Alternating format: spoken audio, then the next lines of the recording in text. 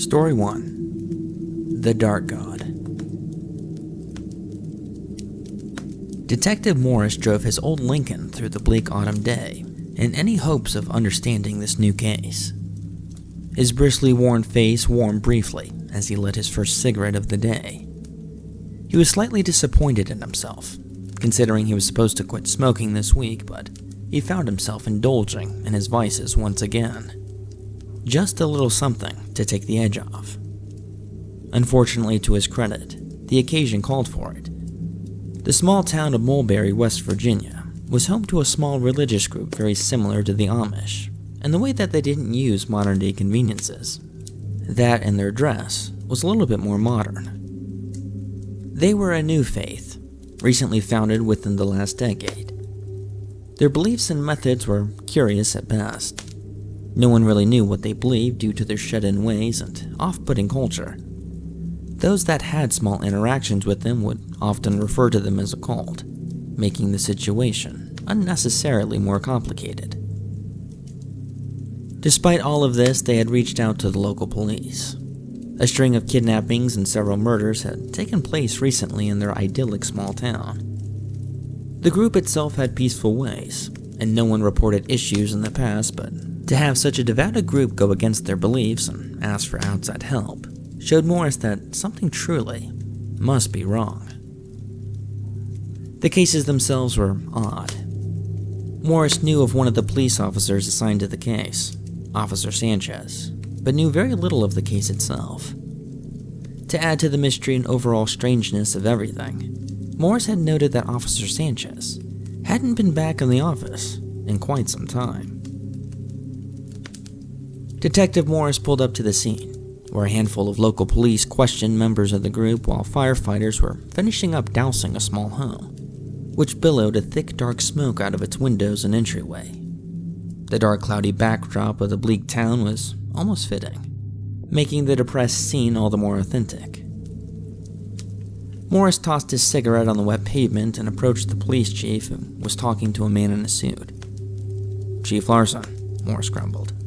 "What's the situation?" Larson and the man in the suit turned to Morris. "Well, it's hard to tell. The call stated that 2 bodies were found mutilated inside, but once we got here, the building had been set afire.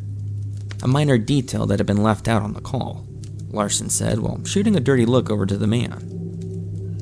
The other man was tall and rather handsome for being older than most. "A very bizarre series of events," the man said while giving a brief smile. "I'm Leader Mike here in this area," he said while offering a handshake to Morris. "I'll get to you in a minute," Morris said, declining the handshake. Morris and Larson stepped away, leaving Mike behind. "What's the deal with this guy?" Morris said. Larson glanced back to confirm that they were at a safe distance away of earshot. "This Mike guy has started his own religion a couple of years ago. I'm not sure of the exact details, but it's along the lines of spirituality in nature or something. Has a decent following for the kind of nonsense they're putting out." Morrison stretched slightly, preparing himself for the long day ahead of him. "What do we know about the murders?" Morrison said. "We have the 2 from today, but also 2 more from the previous month. Both cases are unclear as to who is responsible, and, like today, the other 2 murders appear to be covered up in some kind of way. Here, follow me. I have the file in my cruiser." Larson led the way as Morris followed. Morris patted his overcoat for a cigarette, but quickly recalled having removed them earlier to help with his smoking addiction, a move he was now regretting. Larson popped the trunk and opened a leather briefcase and handed Morris a file of the previous case. Photographs of mutilated bodies and case notes practically spilled out as Morris opened it. "Geez, Chief, give a guy a warning next time," referring to the vulgar image of a woman eviscerated on the first page of the file. Larson scoffed and reached for his cigarette. "Well, something tells me you're going to see a lot more of this. I'm starting to see a pattern with these people. Some atrocious crime happens and they call us, but still try to cover it up somehow. It's as if they know what's going on, but still need our help. A very bizarre circumstance." Morris cocked his head as Larson lit his cigarette. The power of belief can be very powerful, especially if they feel that they're doing the right thing, Morris said as he glanced through the file. Larson nodded. You're atheist, right? Or agnostic, or whatever. You don't believe in God. Morris stopped his reading and looked up. Yeah, I'm atheist. What does it matter? Larson shifted his weight slightly and got closer. Well, the last 2 officers I put on this case ended up converting to whatever you call this group. They have since left the force, and it makes things difficult when you lose people to the thing you're trying to investigate. I'm just making sure that if we put you on this, that you won't believe in what mumbo-jumbo they try to sell you. Wait, Sanchez left? I noticed that he hadn't been in for a minute, but I didn't know he joined a cult. Larson spoke slightly quieter. We're trying to keep it under wraps at the station. It's not a good look for the department that we lost an officer to one of those crazy groups. We aren't going to have a problem with you, right? Larson asked sternly. Morris grinned. I can't remember the last thing I believed in. Plus, I need the money from this job. Larson chuckled. Well, that's depressing. Both men shared a quick laugh, and Larson offered the case to Morris. Morris put the file in his car and made his way back over to Mike, who was talking with a random firefighter. Excuse me, Mike, Morris said, interrupting. Do you have a moment? A slight sense of frustration could be seen visibly on Mike's tanned face. Only for a moment, but his face was quickly replaced with a smile. Of course. The 2 men approached one another, both with varying degrees of energy. So, tell me, Mr. Mike, if that's okay, about what had happened here with your little compound. How did 2 bodies spontaneously combust after a report had been called in? Mike smiled. Of course he knew the answer, but he wasn't going to tell him. Mike smiled with hollow eyes, giving a very bizarre sensation. Well, Officer Morris, what I believe is... It's Detective, actually, Morris interrupted. Of course, Detective Morris. I believe that while the murders were taking place, that one of the 2 victims were cooking at the time. When the first people arrived at the scene to call the police, they failed to notice that the stovetop was still on. The food then burned and caught the rest of the home on fire. Morris stared into Mike's empty gaze. Any other detective might have bought that story, but he didn't. Morris remained silent, and the 2 shared what could have been an awkward moment, but Mike changed the subject. Well, Detective, I'd love to help you in any way that I can. My people are open, and I'll assist in any way possible. Morris glanced around and noticed that several onlookers peered on from their homes, mostly wearing slightly outdated clothing. One onlooker was more piercing with her gaze as she stood outside. An elderly woman, her face wrinkled from time and experience. After an odd yet brief moment, he snapped back to the conversation. Morris nodded. Okay, well, I'll consult my notes and I'll set up times with the people that called in the bodies. Morris turned to leave, but was quickly halted by Mike's quick response. If you'd like, I could give you a tour of the facility. I can even answer any questions about my people or the faith that we share here. That is, of course, if you have the time. Morris glanced back, seeing Mike's smile gleaming off his face. Morris knew that this had to be a bluff. Nobody's this open, not even an honest man. They would have the good sense to lawyer up or to protect themselves in some way. Morris checked his watch while walking back. You know what? I'll take you up on your offer. Mike was initially shocked, but then clapped briefly. Wonderful. What can I show you? Let's start with the town. Show me where everything is. Mike and Morris spent the next 2 hours walking through Mulberry. Candlelit shops and markets lined the pitiful road, and small farms covered the outskirts of the town. The town itself was incredibly simple. Electricity was used for a handful of activities. Stoves, lighting, and depending on whose home it was, air conditioning was permitted. However, no telephone or an electrical device connecting Mulberry to the outside world was seen. Peculiar, Morris thought. The tour ended at Mike's home, which was luxurious in comparison to all the other homes, but still rather standard to anyone outside of Mulberry. Hopefully you see that we're a simple people, and we wish to stay that way, Mike said with an authentic grin. Morris glanced down the road, and noticed the old strange woman, off a ways, standing as if she had a question. Morris narrowed his gaze as he recalled her hours earlier. "Come, let me show you my home and what we're all about here in Mulberry," Mike said enthusiastically. Morris was torn. He felt somewhat drawn to the strange woman, as if she was filled with forbidden knowledge just waiting to be spilled. However, he was being offered a tour of the cult leader's home, an offer he wasn't sure he was going to get again. Morris turned and followed Mike into his home. As he suspected, the interior was equally dull.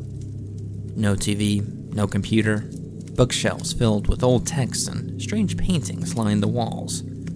The home looked more like a poorly kept library than an actual residence. Nothing about it seemed comfortable.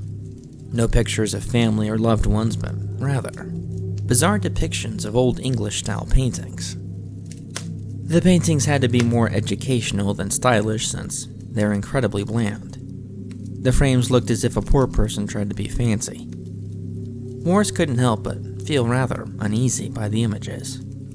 Despite being hardened by numerous years of violent crimes committed to all types of people, these images of whatever bizarre rituals or religious events made him feel as if he was in a bad place. Granted, Mike was not a physical threat, unless he concealed some type of weapon. Morris questioned why these images bothered him so greatly. That is until Mike beckoned him back into his office. Morris, slightly rattled, followed in behind Mike. Inside the office was more of the usual. More books, more paintings, and more unsettling feelings. During this time, Mike was blabbering to Morris the significance of everything. The who and the why this faith was the one to consider. The paintings were far more graphic now, depicting various entities under their realms. Had they not clearly been fictitious, these images were slightly more disturbing. A brief sense of relief washed over Morris. It was clear now that Mike and everyone else here was beyond crazy. Morris almost laughed at himself for getting worked up and letting his emotions actually bother him so much. He then began to focus on Mike and his message. "Anyways, that's the essentials of the basics of our faith," Mike said in conclusion. Morris had caught nearly none of what Mike was saying. "If you're interested, I'd love for you to witness one of our religious events," Morris grinned. "A ritual, you mean? Tempting offer. I'll have to check my schedule," Morris said in a manner that was insincere. Next to Mike's desk were two red velvet curtains that were closed. They were formatted much like a windowsill, but positioned in a way that it couldn't have covered a window that would have led outside. This curtain had to cover something else. Morris touched the curtain, which immediately grabbed Mike's attention. "What's behind here?" Morris said. Mike shot him a glance which told him to quickly remove his hand. Oddly enough, Morris did, seeing how he quickly crossed the line.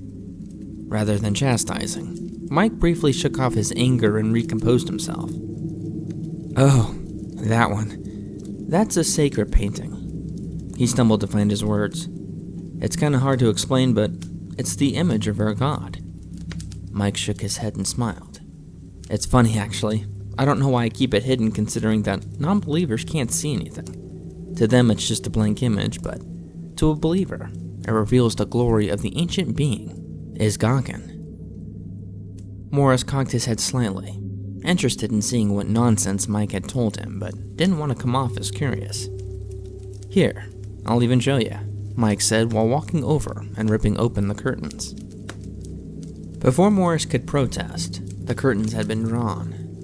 Sure enough, hanging on the wall was a painting with an elaborate frame, but its canvas was completely empty, just as Mike had said. Mike stood back, smiling wide while embracing the image. There he is, in all of his glory, his crown, his splendor, his warm smile warming my soul. Morris nodded politely as he allowed Mike this bizarre moment. "I hope one day that you're able to witness this image in its entirety. Or even better, be in the presence of Izgagan." Morris almost said something, but bit his tongue. He didn't want his only reputable lead to be offended by his true thoughts. "Well, thank you for everything," Morris said as he made his way to the door. Mike snapped out of his trance between him and the blank canvas and walked the detective out of his home. The sky had shifted to less cloud cover, but the day still carried a gloom in the atmosphere. Morris's brief walk to his car was primarily focused on reading emails on his phone, but was interrupted suddenly. The old woman from earlier had startled the unfocused detective. "Goodness, lady," Morris said as he put his phone away. The wrinkled woman stared at him briefly, with strange eyes. She was silent when she approached him, but quickly shared an ominous message before quickly walking past. "Stay out of the woods." Her voice was distorted. It was as if the voice didn't even belong to her body. The message was quick but strange, almost as strange as the woman herself. Morris tried to respond, but the woman had quickly darted away. He originally wasn't planning on going into the woods, but now, having this rather bizarre interaction, if you can call it that, had prompted him otherwise. The thought then emerged from his foggy mind that he had been invited to one of these religious events. Perhaps this would be a good opportunity to learn more about this strange group of people. Morris thought hard and was able to recapture some of the details about this religious event. He remembered something about meeting in a parking lot at the church at 10:30 p.m. on a Thursday. His usual routine of drinking and staying inside alone would have to wait, at least for that night. Thursday had snuck up on Morris, but remembered at the last second, and made his way back out to Mulberry. The woods were incredibly dark since none of them seemed to have any streetlights. The orange headlights of his Lincoln struggled to fight off the increasing shadows the night had to offer, only providing a small patch of visibility on the road ahead. His boring drive had frustrated him, seeing how he agreed to this. He was wasting time on this bizarre group of people and their weirder belief in some higher power. He considered turning back, but he had already committed to the drive so far. He arrived a few minutes before, but sure enough, a dozen or so people stood silently in the parking lot. Their dress was what caught his attention first.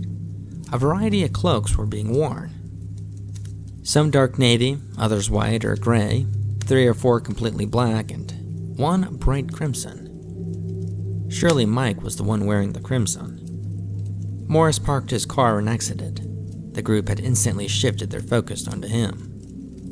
The concept of being an outsider was definitely not lost on him.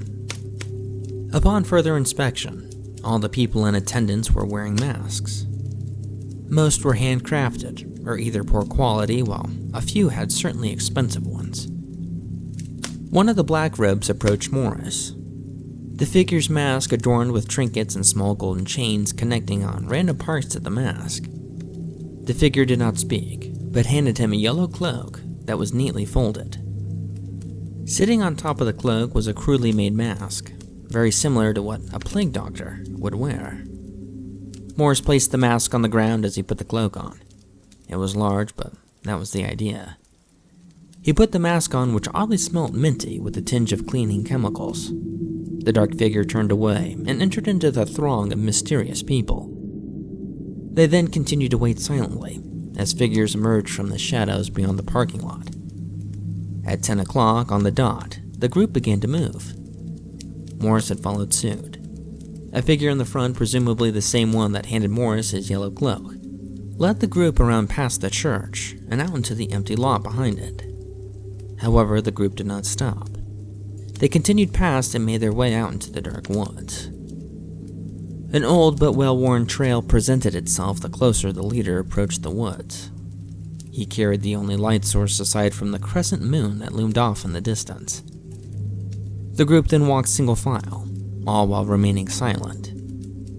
Morris was concerned, but mostly intrigued.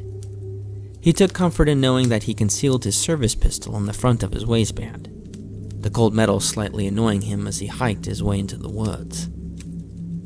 Eventually, the front figure stopped and the others circled around him. 2 figures began to pour salt on the ground, not far off from everyone else.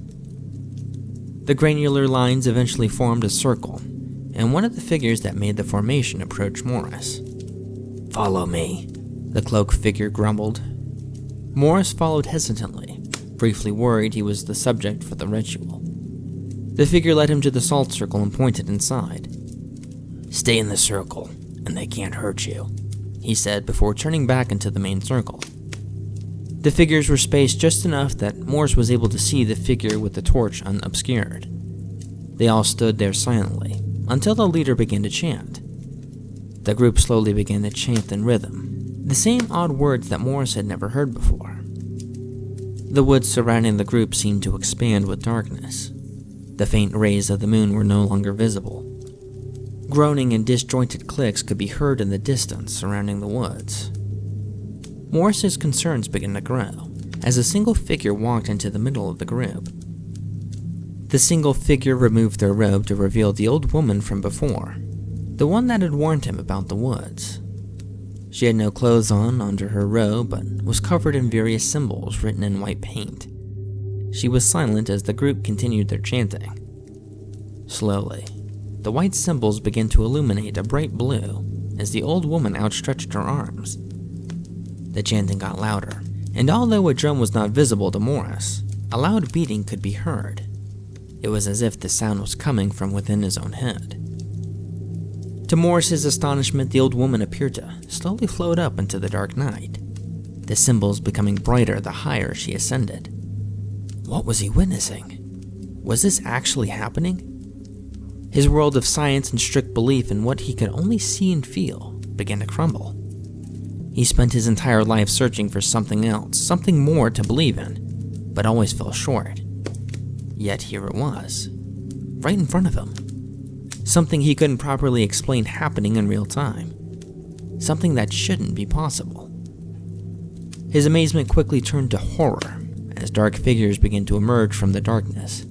However, these figures were clearly not human.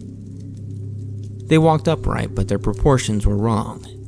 Twisted limbs and clawed hands and feet revealed that these had to be otherworldly creatures, perhaps other dimensions.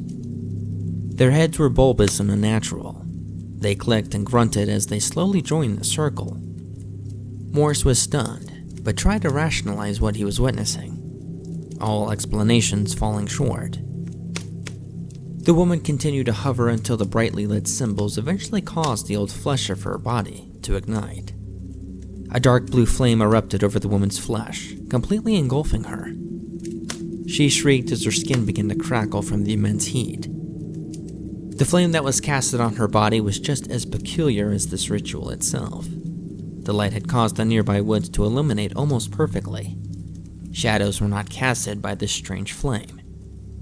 As if on cue, the creatures began to swarm the woman as they jumped up high to the height she was hovering at. The woman was still alive as they tore at her burning body, her screams of pain and terror becoming louder. Being horrified and confused, Morris remembered his pistol. He needed to stop this. He needed to help the woman from such a terrible fate. He reached inside his robe and grasped his pistol, his sweaty hands gripping the handle and struggling to remove the weapon from its concealment. Time was wasting, and he felt the anxiety of being helpless. Finally, he removed his gun and fired 2 shots in the air. Chaos continued, but everyone looked over at Morris.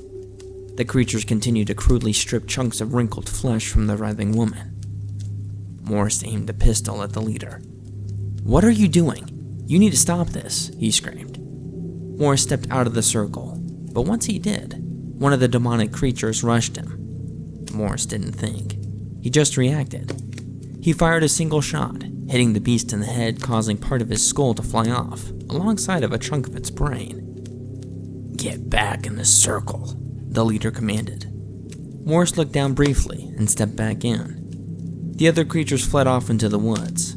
Morris kept his gun aimed at the leader as the body continued to burn. The leader outstretched his hand, as if to say to calm down.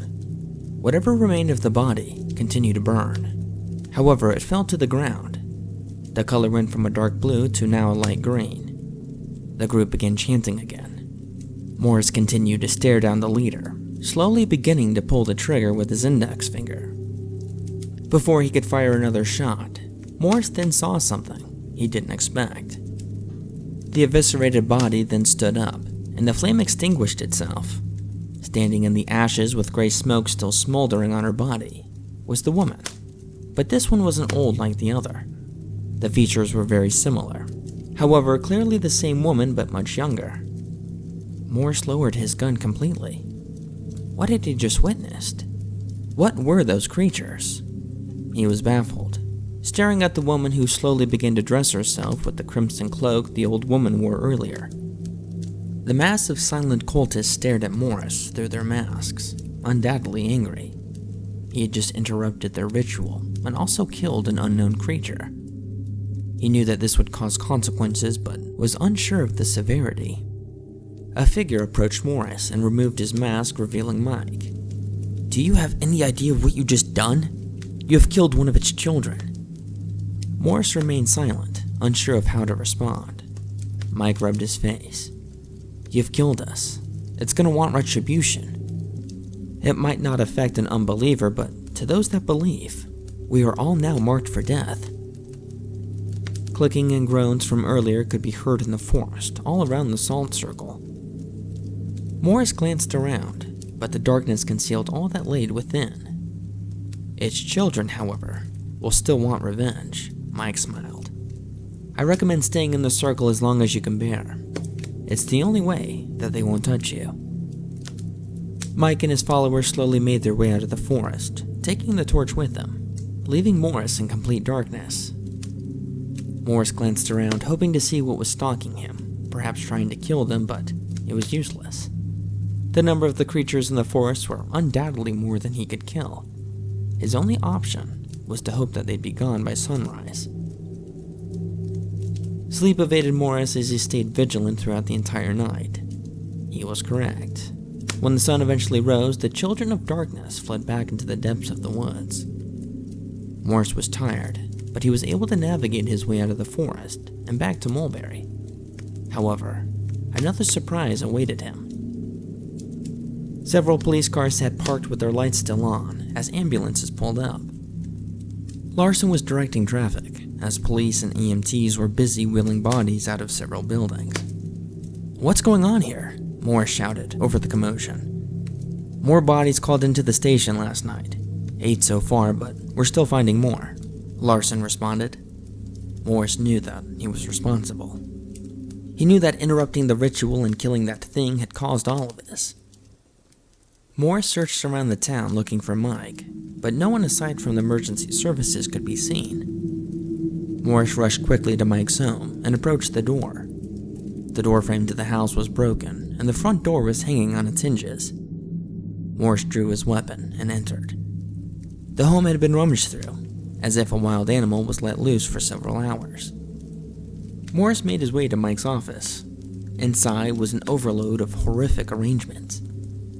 Mike's body had been sliced and splayed in a terrible fashion, but also forming some type of symbolic diagram. His organs had been placed forming a circle, much like the one last night, but far more morbid. Mike's face sat at the top of the circle with the look of pain and horror still lingering on his deceased face. Morris couldn't process what he was seeing. Aside from Mike's body, the room looked untouched. Mike's desk was clean and organized, yet a single letter sat in the middle of the desk. It was addressed to Chief Larson. Morris glanced around the room, seeing that he was the only one there, and quickly opened the letter. "Chief Larson, we have made a horrible mistake. One of our religious ceremonies had been obstructed, and the cost is unfortunately very high. I want to apologize for the inconvenience that this case may give you. In the near future, I am sure that you'll find myself, alongside most of my believers, horrifically mangled and displayed at the will of the Dark God. Detective Morris's body can also be found off into the woods. However, if he manages to remain unbelieving, he has a chance to walk away from a terrible fate. Be sure to destroy all of my belongings as well as my works and paintings. It's the only way to avoid anyone else from a similar fate." Morris dropped the letter, his palms beginning to sweat. Hanging on the wall next to his desk were the red curtains again, still closed. The thought then crept slowly into his mind. Only believers are victims to such a terrible fate. Morris knew that he had to look at the painting to be sure. He grasped the curtain slowly and pulled to reveal the most disturbing image Morris had ever seen. The entire canvas was now filled with the horrifying image of Iskagen. Of all the wrongdoings and regrets that plagued Morris's life, this was by far the worst. Not interrupting the ritual to try to save someone's life, but slowly losing his grip on reality and slowly becoming a believer.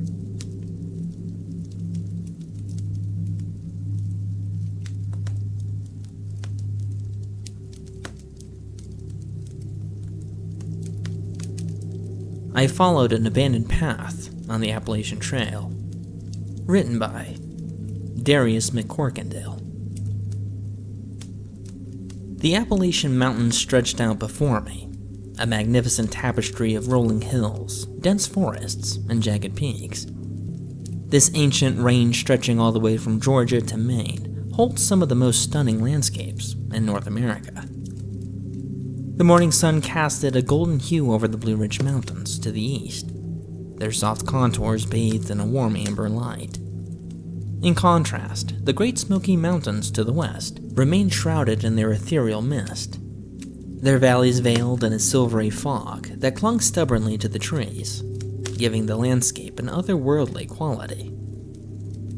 The Appalachian Trail, winding like a serpentine ribbon through the vast wilderness, was both a challenge and a sanctuary for those like me who sought solace in nature's embrace. This 2,200-mile footpath, the longest hiking-only trail in the world, offers a journey through the diverse ecosystem from the lush deciduous forests of the south to the rocky alpine peaks of New England. Each section of the trail has its unique charm and challenges, making it a true pilgrimage for hiking enthusiasts. In the early morning light, the trail revealed its treasures, wildflowers blooming in a riot of colors, their petals glistening with dew, towering trees, their leaves whispering secrets in the gentle breeze, and crystal-clear streams, their water singing a soothing lullaby as they danced over smooth stones. The air was filled with fresh scent of pine and earth, invigorating and pure, a reminder of the unspoiled beauty of these mountains. Along the way, the trail offered breathtaking vistas from the countless overlooks. Standing on the edge of the rocky outcrop, I could see the land stretching out in all directions. An endless sea of green punctuated by distant peaks and ridges. The sense of scale was humbling, each panoramic view a testimony to the grandeur of the natural world. The Appalachian Trail also meandered through the quaint historic towns that seemed frozen in time, where friendly locals welcomed weary hikers with warm hospitality and the tales of the trail. Shelters and campsites dotted the path, providing a place for rest and camaraderie among fellow adventurers. These spots were often alive with the sounds of laughter and shared stories, creating a sense of community among those who had undertaken the journey. Wildlife thrived in this protected corridor. It was not uncommon to spot white-tailed deer grazing in the meadows, black bears foraging in berry bushes, or hawks soaring high above, their keen eyes scanning the ground for prey. The chirping of songbirds providing a constant soundtrack, their melodies weaving through the rustling leaves and babbling brooks. Each step on the Appalachian Trail brought a new discovery, a deeper connection to the land and its timeless rhythms. For experienced hikers like me, this trail was more than just a path through the mountains. It was a journey into the heart of the wilderness. A place where one could find both challenge and peace, adventure and reflection. Here amid the ancient peaks and the verdant valleys, the soul found its true sanctuary. I stood at the trailhead inhaling the crisp pine-scented air, my heart thrumming with anticipation. As an experienced hiker, I had traversed many of the world's most renowned trails, but there was something uniquely captivating about the Appalachians. Honestly, the rugged beauty and storied history called to me in a way few places could. Today I was setting out on a path less traveled, a forgotten spur in the main trail, rumored to be abandoned and wild. It was precisely the kind of adventure I craved. With my backpack securely fastened and my hiking boots laced tight, I felt a surge of confidence. Years of preparation and countless miles of hiking had honed my skills and instincts. I was ready for whatever laid ahead, eager to lose myself in the untouched splendor of these ancient mountains. The trail I had chosen was known to be challenging, but that only fueled my determination. I sought the thrill of the unknown, the satisfaction of conquering the untamed. As I ventured deeper into the forest, the sounds of civilization faded away, replaced by the symphony of nature. Leaves rustled gently in the breeze, and birdsong echoed through the trees. Yet there was an undercurrent of something else, an almost imperceptible whisper that seemed to drift on the wind. The hairs on the back of my neck prickled as I paused to listen. Was it just the wind? Or something more? The path grew narrower, the trees more gnarled and twisted. Shadows danced on the corner of my vision, and I couldn't shake the feeling of being watched. A rustling in the underbrush made me turn sharply, but there was nothing there. It was just my imagination, I told myself, fueled by the eerie silence that had settled over the forest. Still, the sense of unease lingered, a silent companion on my journey. I pressed on, determined to uncover the secrets of the forgotten trail. The mountains loomed larger, their majestic peaks now shrouded in ominous mist. The beauty of the Appalachian wilderness was undeniable. With each step, I felt as though I was not just walking a trail, but crossing a threshold into a realm where the past and present intertwined, and where every shadow held a story waiting to be told. Little did I know, my adventure was about to take a dark and twisted turn, leading me into the heart of an ancient mystery that would challenge everything I thought I knew about the natural world and myself. As the morning sun climbed higher, I found myself deep within the Appalachian wilderness, far removed from the well-trodden paths of the main trail. The forest had grown denser, the air cooler, and shadows longer. It was then that I stumbled upon something unexpected. A sign, old and weathered, almost obscured by vines and moss. Curiosity piqued. I pushed aside the foliage to get a better look. The sign was barely legible, its paint faded and peeling, but I could just make out the words, Old Lonesome Trail. It wasn't marked in any of the old maps or guides, and I couldn't recall reading about it in any of my extensive research. Beneath the trail name, a crude warning was scrawled. Abandoned. Enter at your own risk. I felt a chill that had nothing to do with the temperature. Stories of strange occurrences and unexplained disappearances in these parts were common enough to be folklore. But here, faced with tangible evidence of such tales, I hesitated. The trail itself was barely discernible, overgrown with thick underbrush and framed by trees, whose branches seemed to reach out like skeletal fingers. Despite the unease gnawing at the back of my mind, a stronger emotion surged forth. Curiosity. The thrill of uncovering something hidden, something perhaps long forgotten, was too enticing to resist. After all, wasn't this the adventure I sought? I glanced around, half expecting someone or something to appear and dissuade me, but the forest remained still. I took a deep breath, stilling myself against the unknown. My fingers tightened around the straps of my backpack, and I made the decision. Step by step, I ventured off the familiar trail and onto the Old Lonesome. The transition was almost physical, as if I had crossed an invisible boundary into another world. The air grew heavier, the forest quieter, and the sense of being watched intensified. Every sound seemed amplified, the crunch of leaves underfoot, the occasional snap of a twig, my own breathing. Yet, the further I went, the more determined I became. After all, this was why I hiked, to push boundaries, to explore the unexplored. The unease was just another obstacle to overcome, another challenge to face. With each step deeper into the forest, I told myself that the stories were just that. Stories. The rational part of my mind insisted that there was nothing here but trees and wildlife. But as I walked, I couldn't shake the feeling that I was being drawn in, led by some unseen force towards whatever lay at the end of the forgotten path. And though my heart beat faster with every step, I pressed on, driven by the insatiable lure of the unknown.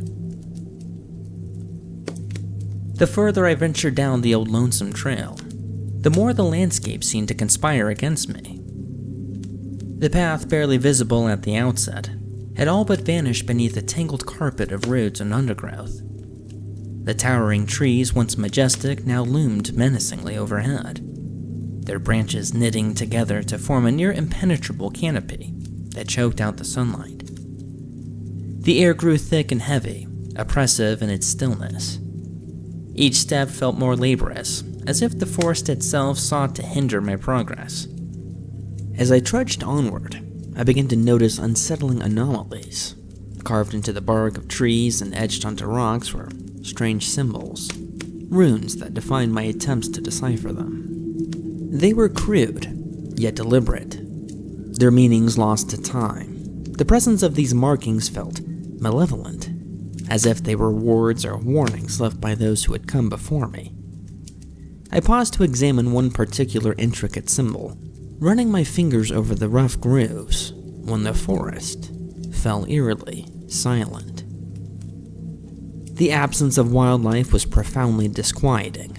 The chirping of birds, the rustle of small animals in the underbrush, gone.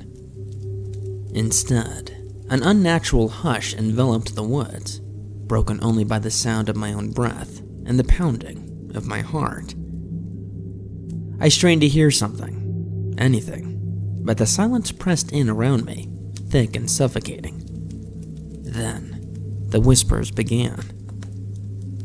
At first they were faint, barely audible over the crunch of leaves beneath my boots, but gradually, they fell louder, more insistent. Disembodied voices carried on the wind, murmuring in an unintelligible language. I spun around, searching for the source, but saw nothing. Shadows fitted at the edge of my vision, quick and elusive. Every time I turned, they vanished, leaving only the whispering in their wake.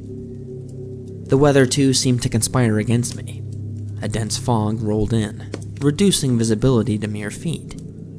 The temperature plummeted, the sudden chill biting through my layers. I shivered, not just from the cold, but from the growing realization that I was not alone on this trail. The forest, it seemed, was alive with a presence, something ancient and hostile. My resolve wavered, but my curiosity pushed me onward.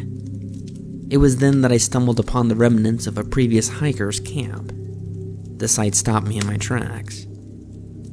The campsite was a ruined tent collapsed, belongings scattered in a fire pit, long cold.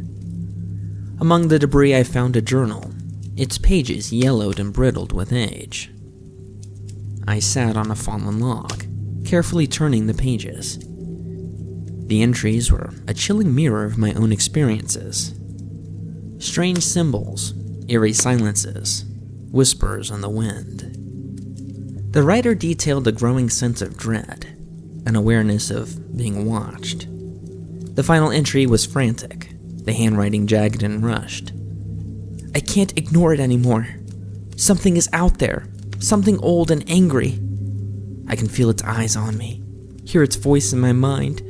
I tried to leave, but the path, it won't let me go. If you find this, turn back now. Leave before it's too late. Leave, or you'll never leave at all.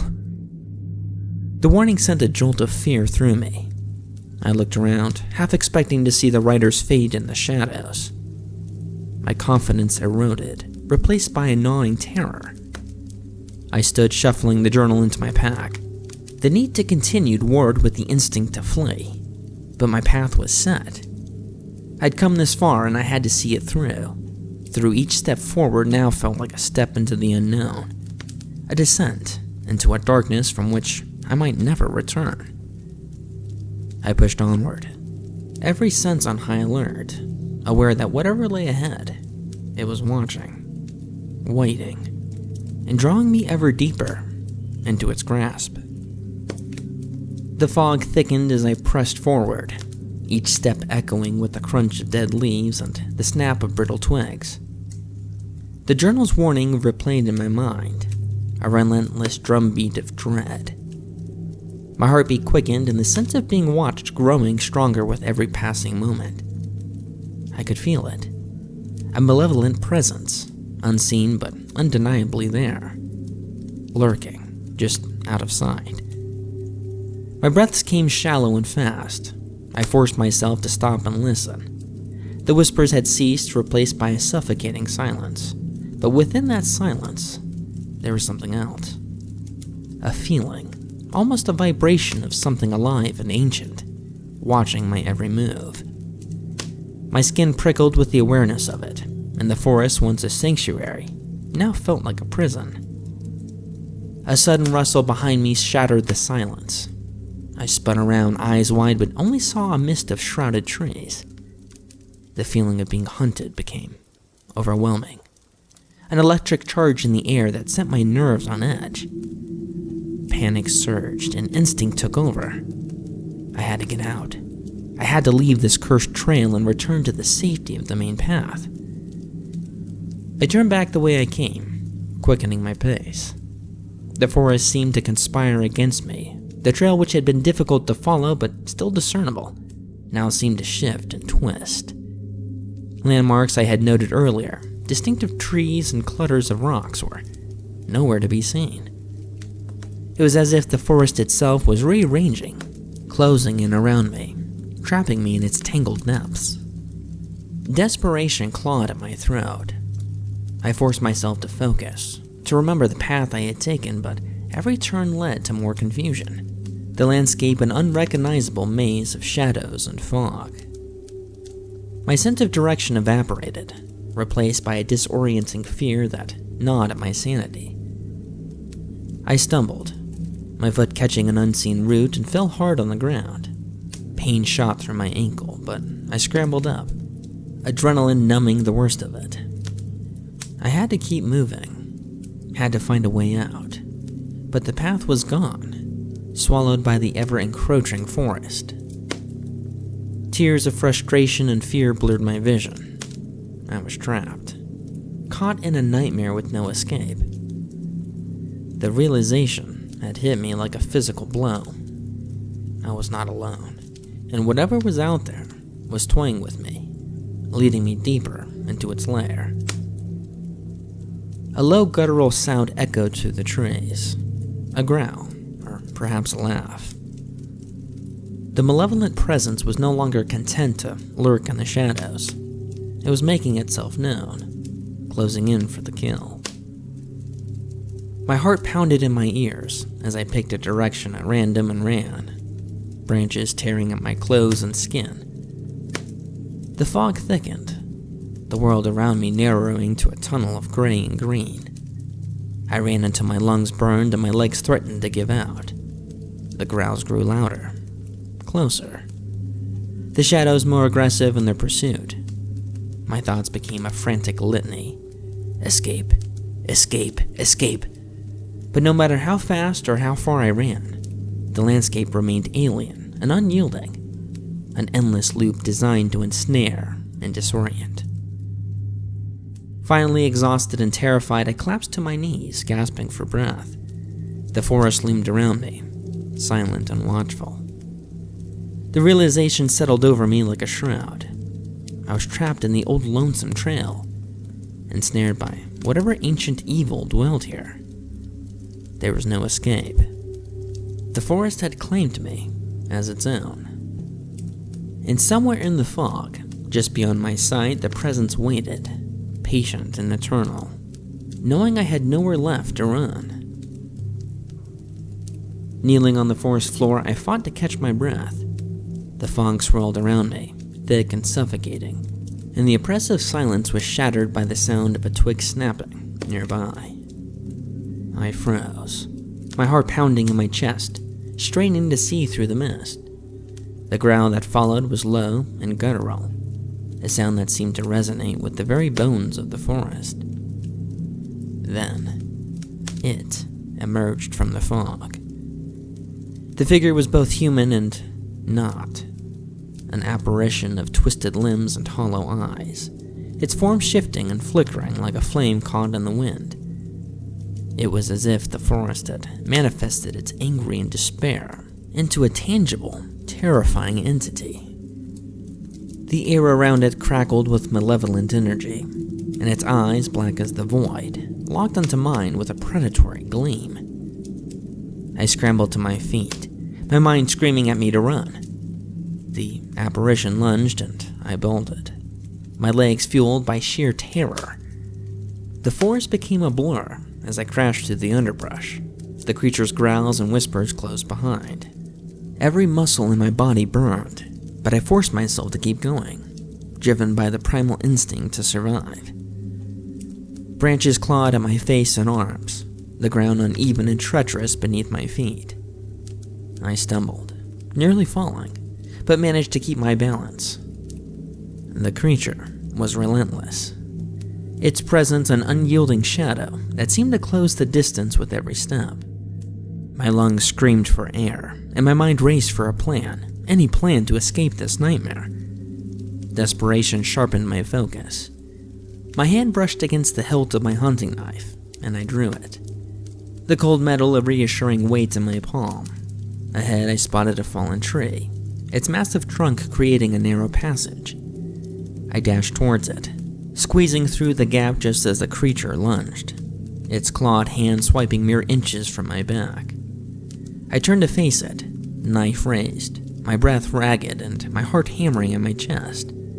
The apparition halted, its form shifting and flickering, its hollow eyes burning with a dark intelligence. It hissed, a sound filled with ancient rage, and lunged again. I sidestepped, slashing with the knife. The blade passed through the apparition, meeting little resistance, but the creature recoiled, its form distorting with a shriek of pain. Realizing I could hurt it, I pressed the attack, using every ounce of strength and skill I had. The fight was brutal and chaotic, a whirlwind of movement and shadow. The creature's claws raked against my arm, drawing blood, but I didn't give up. I swung my knife again and again, each strike a desperate bid for survival. With a final determined effort, I lashed out, driving the blade deep within the apparition's core. It let out a deafening scream, a sound that seemed to shake the very trees.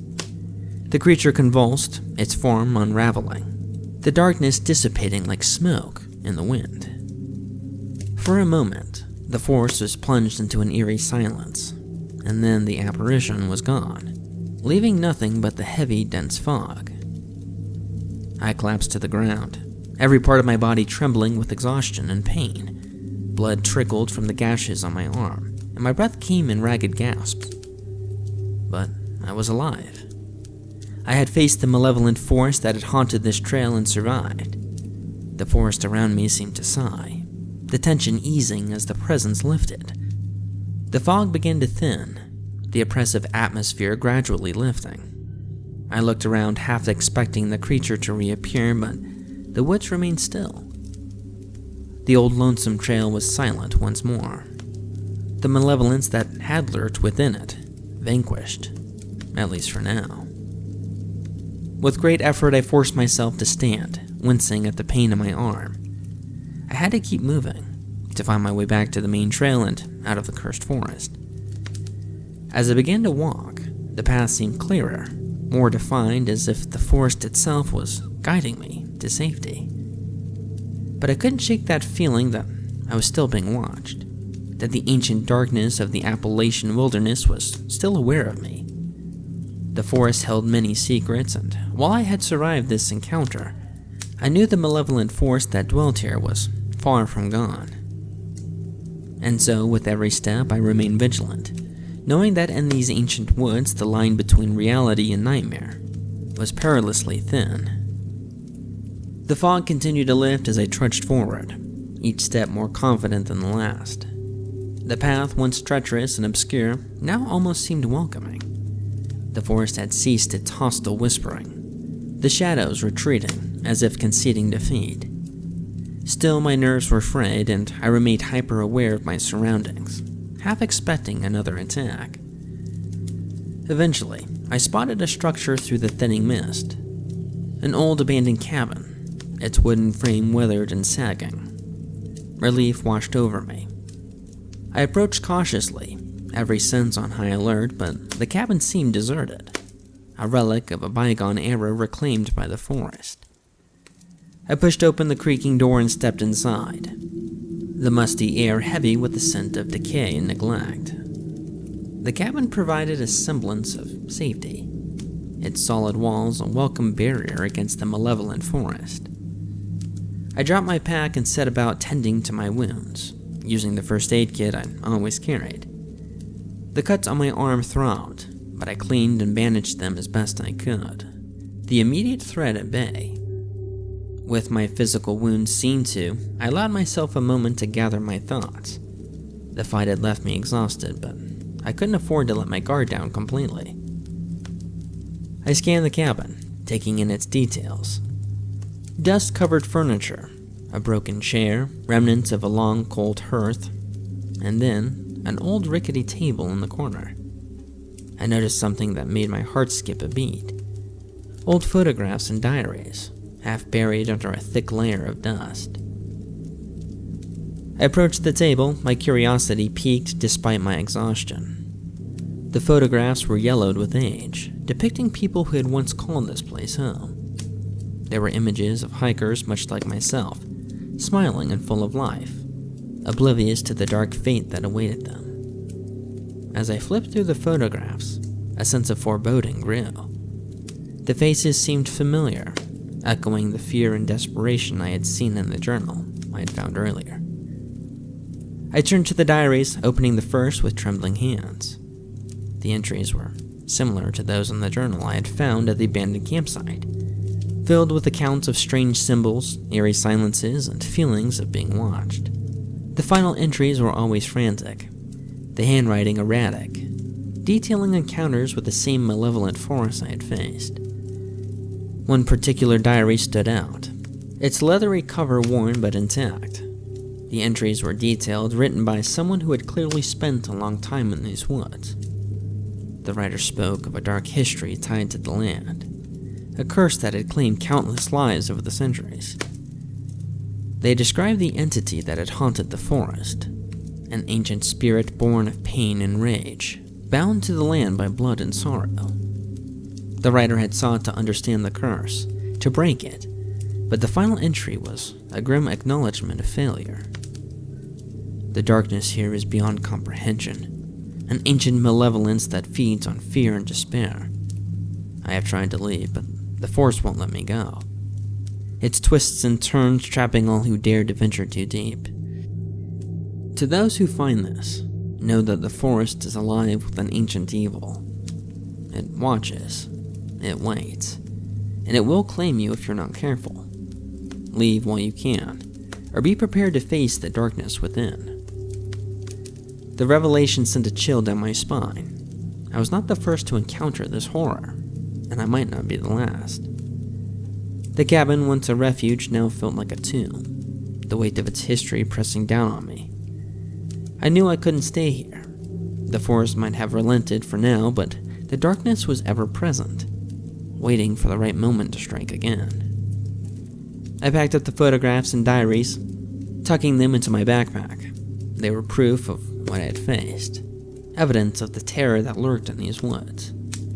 My wounds tended and my resolve steeled, I prepared to leave the cabin. I'd survived the night, but I needed to find my way back to the main trail, to safety, and out of this accursed forest.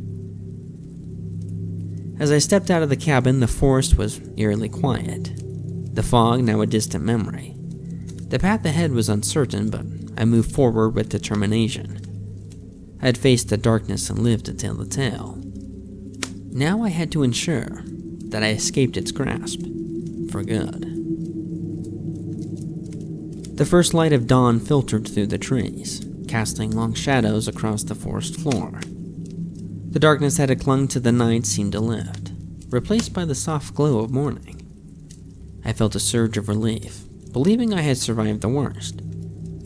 The old cabin behind me was a witness to my ordeal, a temporary refuge from the nightmare I had endured. I adjusted my backpack, ensuring that the photographs and diaries were securely stowed. They were my evidence, my proof of the malevolent force that haunted these woods. With a deep breath, I set out, determined to find my way back to the main trail and leave this cursed forest behind.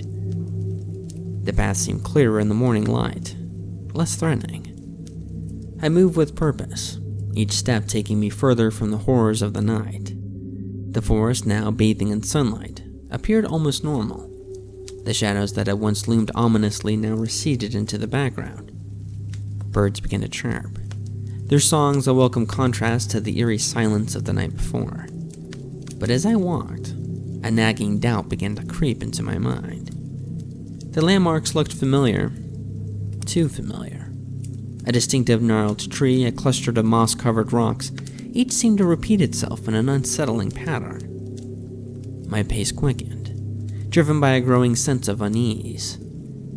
I tried to shake off the feeling, attributing to exhaustion and fear, but the forest had other plans.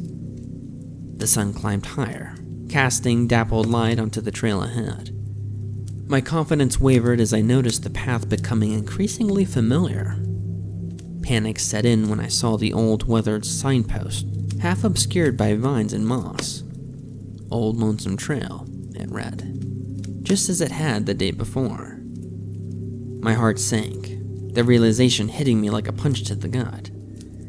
I stood frozen, staring at the signpost, the full horror of my situation dawning on me. The forest had led me in a circle, back to where it all began.